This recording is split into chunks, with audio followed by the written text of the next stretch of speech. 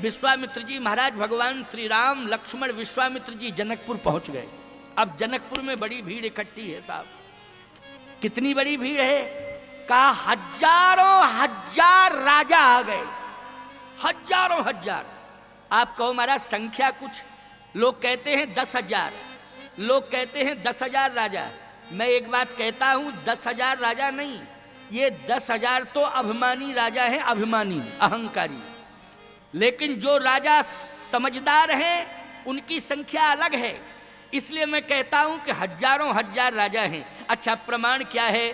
देखा विश्वामित्र जी ने, भगवान राम ने कहा यहां तो बड़ी भीड़ है, कहे मेला है ना तो भीड़ इसलिए। लेकिन मेला में साधारण लोग नहीं आए, दीप दीप के भूपति नाना बड़े बड़े राजा आए हैं। लेकिन कैसे राजा आए हैं? याद रखना, कुछ अभिमानी राजा आए हैं, लेकिन कुछ समझदार राजा आए हैं। बोले समझदार राजा कौन हैं? बोले जो समझदार राजा सीता जी का दर्शन करके कहते हैं मुझे जगत माता का दर्शन हो गया, और जो राम जी का दर्शन करके कहते हैं मुझे जगत पिता का दर्शन हो गया। ये साधु राजा हैं, ये समझदार राजा हैं। लेकिन मूर्ख राजा कौन है? मूर्ख राजा वो हैं जो कहते हैं कि मैं आ गया हूं, धनुष को तोड़ूंगा, सीता जी को जबरदस्ती ले जाऊंगा। ये मूर्ख राजा हैं। लेकिन विचार करना, आप भगवान राम जैसे ही पहुंचे तो जनक जी महाराज ने पहले से डिसीजन ले लिया। क्या डिसीजन लिया जनक जी ने? जनक जी महाराज ने पहले से निर्णय ले लिया है कि मैं समझ रहा हूं कि धनुष रखा है, और धनुष जो तोड़ेगा मैं अपनी बेटी का विवाह उसी के साथ कर दूंगा। आप लोगों ने भी बेटियों के विवाह किए होंगे, कभी आपने अपनी बेटी के विवाह में धनुष तोड़ने की शर्त रखी क्या? जल्दी बोलो, रखी हो तो बता दो जरा, कोई माई का लाल बतावे। आप कहो महाराज जनकपुर में धनुष था, हमारे यहाँ धनुष है ही नहीं, धनुष है ही नहीं। तुम्हारे यहाँ भी धनुष है, अब तुम्हारी समझ में नहीं आ रहा है तो हम क्या करें, लेकिन तुम्हारे यहाँ भी धनुष है। जनकपुर में तो एक ही धनुष रखा था, त्रेता में एक ही धनुष था, लेकिन आज तो घर घर में धनुष रखा हुआ है। आप कहो महाराज कैसी बात कर रहे हो, जरा बताओ तो कि कौन सा धनुष रखा है घर घर में। जनकपुर में एक पिनाक धनुष रखा था, और उस पिनाक धनुष ने जनकपुर में समस्या पैदा कर दी थी। लेकिन आज कलिकाल में घर घर में दहेज रूपी धनुष रखा हुआ है, और ये दहेज रूपी धनुष उस पिनाक धनुष से ज्यादा खतरनाक है। बोलो है खतरनाक कि नहीं? मैं एक बात कहना चाहता हूं, आज कान खोल के सुन लो, शादियों का समय तो वैसे भी चल रहा है। बोलो चल रहा है कि नहीं? बहुत जबरदस्त सारग है आज। हमसे लोग कहने आए थे महाराज जी आज बहुत सारग है, इतनी सारग है कि आज लोगों को फुर्सत नहीं, 15-15, 20-20 जगह जाना है। चलो भाई सारग का समय है, इसलिए लोग गए भी हैं, कुछ आ भी गए हैं, कुछ जा भी रहे हैं, क्योंकि शादियों में सबको जाना आना है, कोई बात नहीं। लेकिन आप सब मन को एकाग्र करके मेरी बात सुन रहे हैं, जरा सुनते जाना। ये दहेज रूपी धनुष बोलो आज घर घर में रखा हुआ है कि नहीं? और दहेज रूपी धनुष विवाह में सबसे बड़ी समस्या बना हुआ है, सबसे बड़ी समस्या, जटिल समस्या बना हुआ है। आज का पिता सोचता है कि मैं अपने बेटे का विवाह करूंगा तो बेटा मेरा करेंसी है, 5 लाख लूंगा, 7 लाख लूंगा, 8 लाख लूंगा, 10 लाख लूंगा। बोलो भाई। और बेटी का बाप कहता है कि आज बेटी ना होती तो मुझे कर्जदार नहीं बनना पड़ता। आज बेटी का बाप कह रहा है कि मुझे कर्जदार नहीं बनना पड़ता अगर मेरे घर में बेटी ना होती।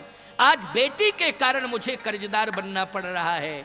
और बेटे का बाप कहता है कि बेटा मेरे यहाँ आ गया है, इसलिए मेरे यहाँ तो करेंसी आज हम 10-5 लाख रुपया निश्चित रूप से लेंगे। लेकिन सावधान, कान खोल करके मेरी बात को सुन लेना। त्रेता में एक जनक रो रहे थे क्योंकि धनुष नहीं टूटा था, ये पिनाक रखा हुआ है, ये धनुष नहीं टूटा, तो त्रेता में एक जनक रो रहे थे। आज कलयुग में घर घर में जनक रो रहे हैं। आज जनक रो रहे हैं इसलिए कि ये दहेज रूपी धनुष नहीं टूटा है। ये दहेज रूपी धनुष जब तक रखा रहेगा तब तक मेरी बेटी के विवाह में समस्या ही बनी रहेगी। मैं एक बात कहता हूं, धन के प्रभाव से आज सूर्पनखाएं महलों में जा रही हैं, और धन के अभाव से आज सीता जैसी बेटियां घरों में बैठ करके रो रही हैं, आंसू बहा रही हैं। याद रखना, यदि सीता जैसी बहू चाहते हो तो पहले दहेज का धनुष तोड़ना पड़ेगा। ये दहेज रूपी धनुष अगर टूट जाएगा तो निश्चित है तुम्हारे घर में सीता जैसी बहू आ जाएगी। और जब तक ये धनुष रूपी दहेज रूपी धनुष नहीं टूटेगा तुम्हारे घर में कभी सीता जैसी बहू नहीं आ सकती है। आज सबसे ज्यादा परेशानी तुम्हें हो रही है। तुम चाहते हो कि घर में बहू आएगी तो सेवा करेगी, लेकिन बहू घर में आती है तो कहते हो महाराज जब से घर में बहू आई तब से समस्या पैदा हो गई। क्या समस्या पैदा हो गई? महाराज ब्यारी करके सोती है और सूर्य भगवान आके जगाते हैं। सूर्य भगवान किरण निकलती है तब उठती है। अच्छा उठते ही कहती है मम्मी जी जरा चाय है क्या, मम्मी जी चाय है क्या। तो बेचारी बूढ़ी सास जो है चाय बना के दे रही है। समझ में बात आई कि नहीं? बूढ़ी सास चाय बना के दे रही है। और किसी दिन बूढ़ी सास ने अगर ये कह दिया कि बहू तुम बेटी भी हो मेरी बहू भी हो, कभी कभी मुझे भी चाय बना के दे दिया करो, कभी कभी तुम भी मुझे 4 बजे जग कर के चाय बना के दे दिया करो। तो कहती क्या है आज की बहू, होटल में अगर 1000 रुपया जमा कर दिया जाए तो बिस्तर पर चाय नमकीन नाश्ता सब आ जाता है। मेरे बाप ने तो 10 लाख रुपया जमा किया है, इसलिए 10 लाख रुपया जमा किया तो जिंदगी भर बिस्तर पे चाय नाश्ता नमकीन सब दो। बोलो ईमानदारी से विडंबना पैदा हो गई कि नहीं हो गई? सेवा का भाव नहीं रह गया है, शोषण का भाव रह गया है। इसलिए मैं कहता हूं कि राम ने जनकपुर में जाकर के पिनाक रूपी धनुष को तोड़ दिया था, लेकिन आज दहेज रूपी धनुष को तोड़ने के लिए भगवान नहीं आएगा। अगर दहेज रूपी धनुष टूटेगा तो नौजवान के द्वारा टूटेगा। नौजवान अगर संकल्प ले ले कि हम बिना दहेज के विवाह कराएंगे, ईमानदारी से बताओ ये दहेज रूपी धनुष टूट जाएगा कि नहीं टूट जाएगा? ये नौजवान को संकल्प लेना पड़ेगा। और भारत का नौजवान अगर ये संकल्प ले ले कि मैं दहेज रूपी दानों को नष्ट कर दूंगा, दहेज रूपी धनुष को तोड़ दूंगा, तब मैं विवाह कराऊंगा। और यदि बिना दहेज के उसने विवाह को स्वीकार कर लिया तो मैं दावे के साथ कह सकता हूं कि वो स्वयं राम बनेगा और उसकी पत्नी सीता बन करके, सीता राम बन करके दोनों परिवार नहीं राष्ट्र का उत्थान करेंगे। इसलिए आज दहेज की समस्या को हमें हटाना पड़ेगा। नारी सुहागनी प्राण गवावती, आज दहेज के कारण ही तमाम बहुओं ने आत्महत्याएं कर ली हैं। क्यों कर ली हैं? क्योंकि पर्याप्त मात्रा में बाप धन नहीं दे पाया तो ससुराल में जाकर के ताने बाने सुनने पड़े, और ताने बाने सुनने पड़े तो उन्होंने आत्महत्या करने का संकल्प ले लिया। नारी सुहागन प्राण गमावती, होती अनीत समाज में भारी। और जो धन टूटे नाही दहेज को, तो सीता सती रही गई है कुंवारी। जो धन टूटे नाही दहेज को, तो सीता सती रही गई है कुंवारी। इसलिए घर में सीता जैसी बहू बुलाओ, सीता जैसी बहू आएगी तो राम राज्य अवश्य आएगा घर के अंदर। आज भगवान राम ने कहा समस्या धनुष की है, और ये जितने राजा आए थे वो धनुष तोड़ने के लिए आए थे, लेकिन किसी ने धनुष नहीं तोड़ा। तोड़ा क्या? कोई तोड़ ही नहीं पाया। और जो समझदार राजा थे वो धनुष के पास गए नहीं, लेकिन समस्या बनी की बनी रह गई। तब जनक जी महाराज ने कहा खड़े होकर, क्या कहा?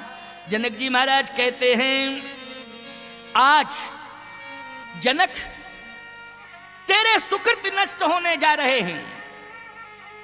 अगर तू प्रण का पालन करता है तो तेरी बेटी कुंवारी रहती है, अगर तू प्रण का त्याग करता है तो याद रखना तेरे पुण्य नष्ट होते हैं। सुकृति जाए जो पल पर हरऊ, ओ कुंवरी कुंवारी रहई का करहू, सुकृति जाए जो पन पर हरऊ, कुंवरी कुंवारी रहे का करहू। लेकिन भगवान राम बैठे हैं सब मंचनते, मंच सुंदर विशद विशाल, मुनि समेत तह बंद दो बैठा रे महीपाल। भगवान राम, लक्ष्मण और विश्वामित्र जी ये तीनों विशिष्ट मंच पर बैठे हैं। 10,000 राजा एक तरफ बैठे हुए हैं, साधु राजा भी विनम्रता पूर्वक हाथ जोड़े बैठे हुए हैं। ऋषि मुनि महात्मा मुनि समूह में बैठे सन्मुख सबकी ओर, शरद चंद्र तन चितवत मानहु निकर चकोर। ऋषि मुनि महात्मा भी बैठे हुए हैं, सभी दर्शन कर रहे हैं। यह लालसा लेकर के आए हैं कि भगवान सीताराम जी का विवाह होगा, इस विवाह का हम आनंद लेंगे, दर्शन करेंगे। मुनि समूह में बैठे, समूह बना करके ऋषि मुनि महात्मा भी बैठे हैं। अब धनुष रखा है सामने। जनक जी महाराज ने कहा कि ये धनुष जब तक नहीं टूटेगा तब तक मैं अपनी बेटी का विवाह नहीं करूंगा, इस धनुष को तोड़ना पड़ेगा। तो राजाओं ने कहा कि जो तुम्हारी शर्त है उसको हम पूरा करेंगे, अगर धनुष तोड़ देंगे तब तो हम सीता के साथ विवाह कर सकते हैं। अब कल्पना करें, सीता जी की उम्र 6 साल की है उस समय, मात्र 6 वर्ष की। राम जी की उम्र 15 वर्ष की है, सीता जी की आयु 6 वर्ष की है। और ये जितने राजा बैठे हैं ये 60, 70, 80, 90 साल से कम के नहीं, ये जितने राजा बैठे हैं। अब कल्पना करो, 6 वर्ष की आयु में सीता जी का विवाह 15 साल की आयु वाले राम के साथ तो संभव है, बोलो है कि नहीं? लेकिन 6 साल की उम्र सीता जी की और 60 साल की उम्र राजा की। अब कल्पना करिए आप, कितनी बड़ी विडंबना है, बहुत बड़ी विडंबना है। हमेशा नियम है समाज का, जो घर बर कुल हो अनुरूपा, तो करिए विवाह सुता अनुरूपा। घर बर कुल अच्छा होना चाहिए, तभी बेटी का विवाह करना चाहिए। तो घर बर और कुल, तो बर की आयु भी देखी जाती है कि नहीं देखी जाती है?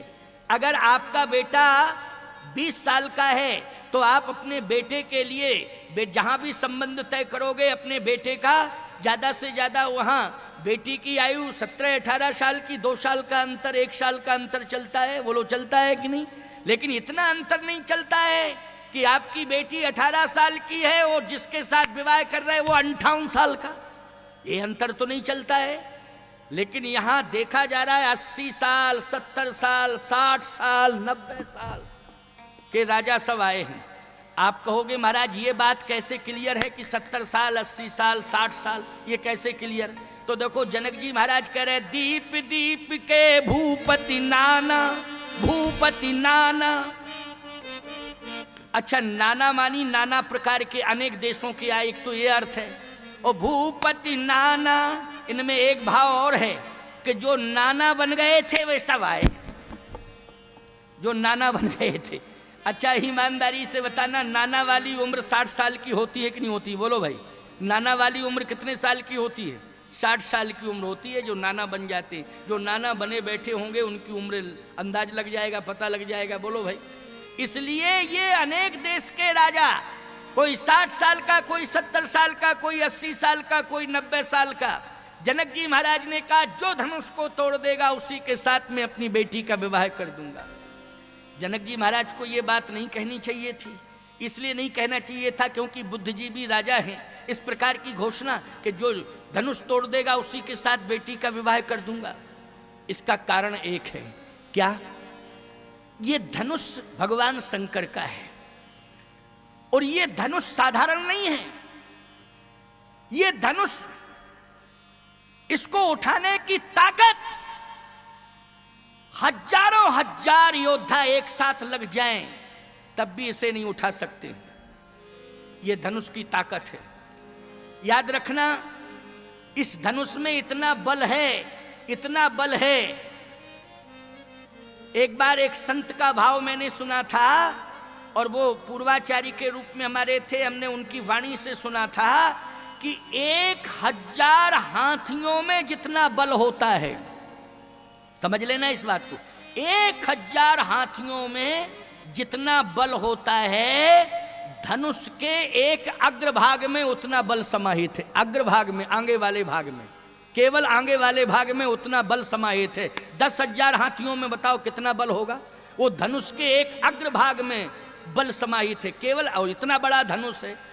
अब बताइए कितना बलवान होगा धनुष, इतना बलवान है धनुष। अब ये राजा कैसे जनक जी महाराज जानते हैं राजा तो उठा ही नहीं पाएंगे, कोई नहीं उठा पाएगा। फिर इसे कौन उठा सकता है? बोले जिसने ब्रह्मांड को उठा लिया है वो धनुष को उठा लेगा। बोलो भाई ब्रह्मांड को। अच्छा ईमानदारी से बताओ ब्रह्मांड किसके हाथ में है? जल्दी बोलो, ब्रह्मांड किसके हाथ में है? नरेंद्र मोदी के हाथ में। तो चुपचाप क्यों बैठे हो? ऐसे बोलना चाहिए ना। अरे ब्रह्मांड भगवान के हाथ में है, बोलो है कि नहीं? ब्रह्मांड भगवान के हाथ में है। ईमानदारी से बताना जो ब्रह्मांड को उठाने की ताकत रखता है, बोलो वो धनुष को सहज में उठा लेगा कि नहीं उठा लेगा? सहज में उठा लेगा।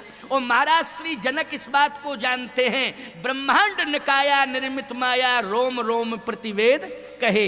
ऐसी क्षमता तो केवल परमात्मा में है, परमात्मा के अलावा और किसी में नहीं है। इसलिए जनक जी महाराज को पूरा विश्वास है कि मेरे नगर में परमात्मा आ गया है, मेरे नगर में ब्रह्म आ गया है। बोले प्रमाण क्या है कि ब्रह्म आ गया है? गोस्वामी तुलसीदास जी ने स्पष्ट कहा था, सहज विराग रूप मन मोरा थकित होत जिम चंद्र चकोरा, इन्हीं बिलोकत यति अनुरागा बरबस ब्रह्म सुखय मन त्यागा। जनक जी ने कहा मेरे नगर में ब्रह्म आ गया है, इसलिए ब्रह्म आ गया है तो ब्रह्म ही ब्रह्मांड उठा सकता है, सामान्य के बस की बात नहीं है। इसलिए जब ब्रह्म बैठा है तो मैं निश्चिंत हूं। अब आप कल्पना करना कि जनक जी महाराज ने इन राजाओं से कहा बैठे बैठे क्या कर रहे हो? अगर धनुष तोड़ने की बात कही है तो पहले धनुष तोड़ो।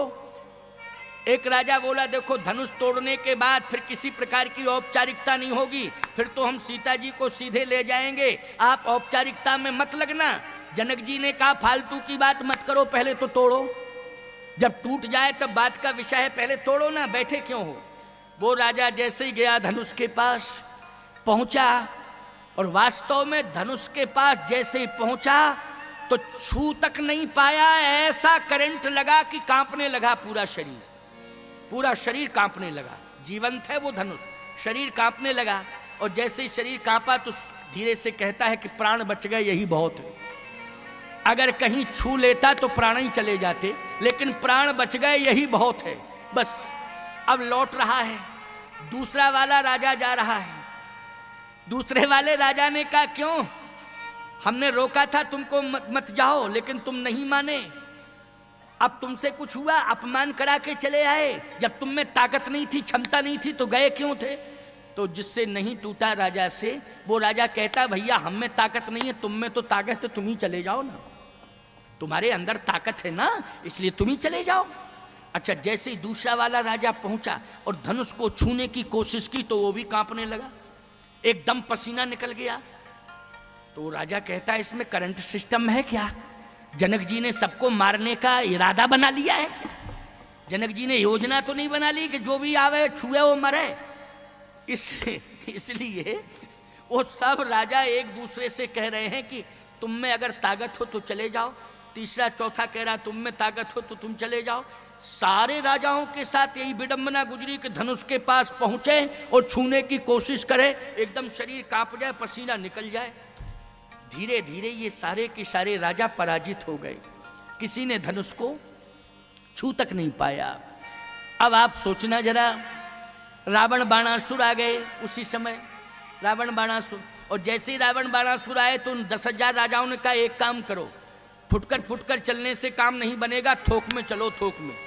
तो 10,000 राजा बोले थोक में चलो, क्योंकि आजकल सफलता ऐसे नहीं मिल सकती है, महागठबंधन बनाओ तो सफलता जरूर मिलेगी। ये महागठबंधन की सबसे गलत परंपरा देश में चल गई है, समझ गए हो कि नहीं? ये समझ लेना है कि ये सारे के सारे जितने भी महागठबंधन सोच वाले हैं ना, मैं आपसे पूछना चाहता हूं इनके कभी इरादे सफल नहीं हो सकते हैं, इरादे कभी इनके सफल नहीं हो सकते हैं। आज 10,000 राजाओं ने पूरा महागठबंधन बना के तैयार किया और 10,000 राजा सीधे धनुष के पास पहुंच गए। भूप सास 10 एक ही वारा लगे उठावन टरे ना तारा। 10,000 राजा एक साथ लग गए, लेकिन धनुष हिला नहीं, डुला नहीं। 10,000 राजा पराजित हो गए।